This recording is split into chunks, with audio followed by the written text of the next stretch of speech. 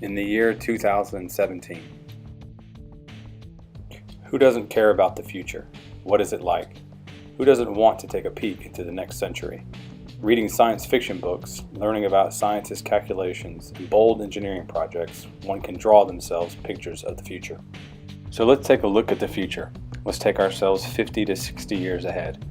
Maybe on the eve of the 100th anniversary of the Great October, school kids like you will be watching during their geography lesson a movie about the recent past and present of their country. A movie on how Soviet people are changing the nature for peace and happiness on Earth. Here are these school kids of the year 2017 in the educational cinema. A special cinematic trick, temporal magnifying glass, allows them to watch the new vision of the country created. Kids saw bridge spans stretching towards each other above bottomless mountain gorges.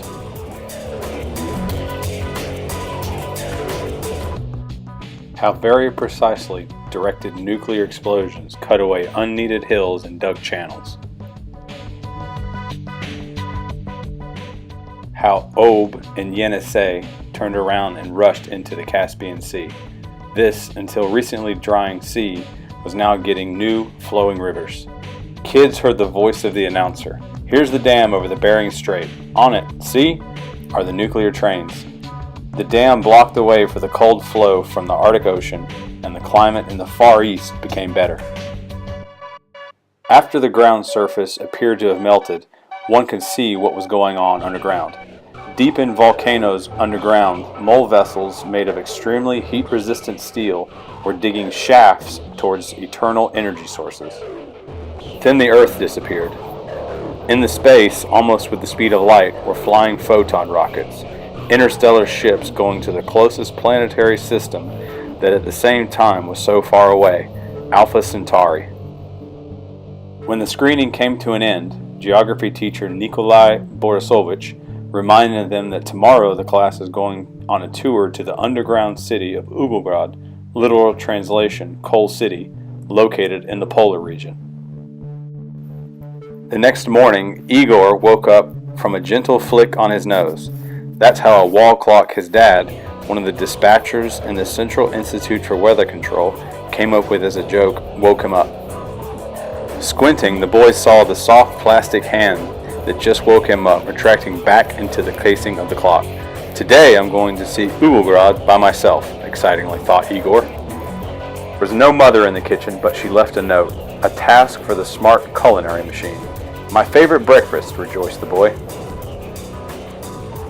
Igor carefully started the unit and threw the note into a slot.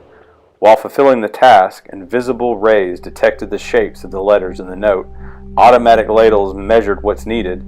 Special knives quickly cut vegetables. Suddenly, Mother's voice was heard from the father's office. Mother was staring from the screen of the televideo phone. She was standing on a deck of the boat. On the boat, there was a kindergarten with her younger children. Did you get your breakfast right? She asked, smiling. You are on the Black Sea? Wondered Igor. I'm on a business trip inspecting Black Sea floating kindergartens and visited my children's kindergarten just in case. Tell Father over the phone that I will return tomorrow.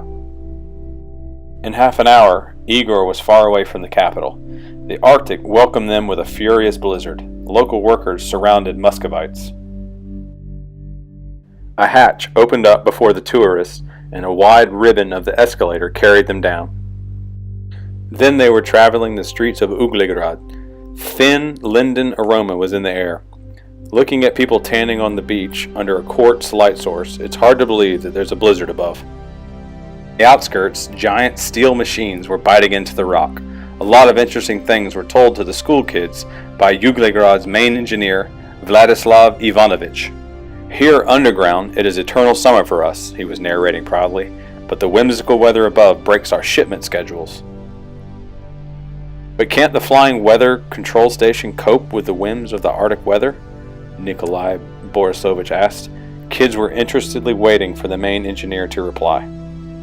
For the time being, the effects of the flying station are temporary, Vladislav Ivanovich replied, and an inner-city subway throughout all the Arctic is the only thing that can make for the consistent cargo flow. Here's the model of the new design of the high-speed boring machine. It will be running on the newly opened Masonic energy that makes tunneling 3 times as fast. And the Flying Weather Control Station has an extremely bright future. A human will be pushing radio control buttons in an office, and the machine will fly and calm a hurricane or destroy a storm. Quickly, the school kids got to know what the flying station could do.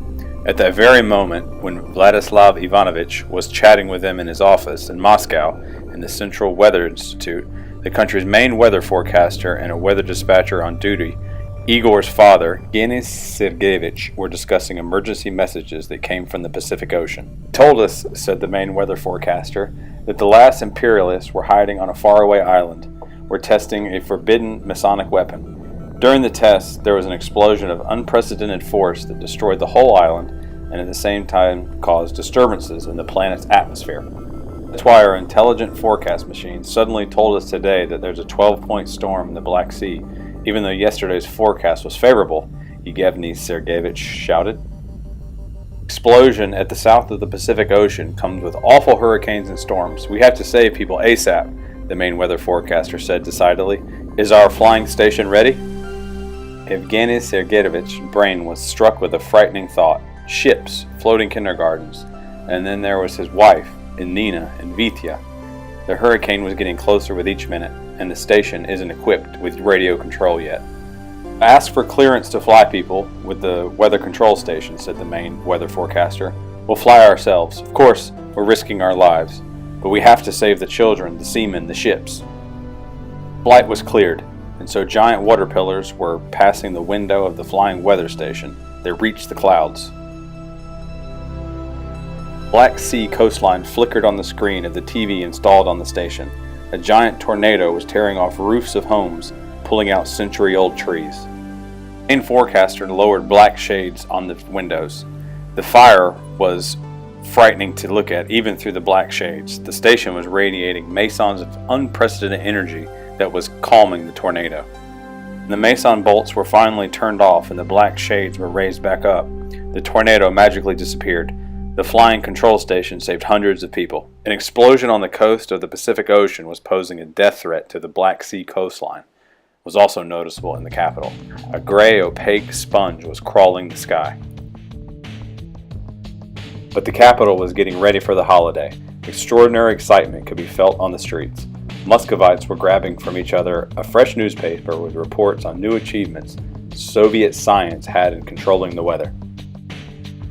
Suddenly, rain clouds fell apart and pillars of golden light diagonally laid on the buildings and parks. The light alley was widening. The flying weather control station was slowly floating above the city. The cheering capital was getting ready for the 100th anniversary of the Great October. This triumph lined up with the big victory Soviet science had over nature. When Igor's father got out of the flying weather station, his son could not escape the embrace of the hugs that were especially strong this time.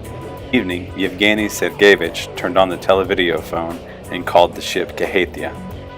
His wife was smiling from the screen, and Nina was standing by her and screaming, "Dad, we had such a warm, warm rain." The end.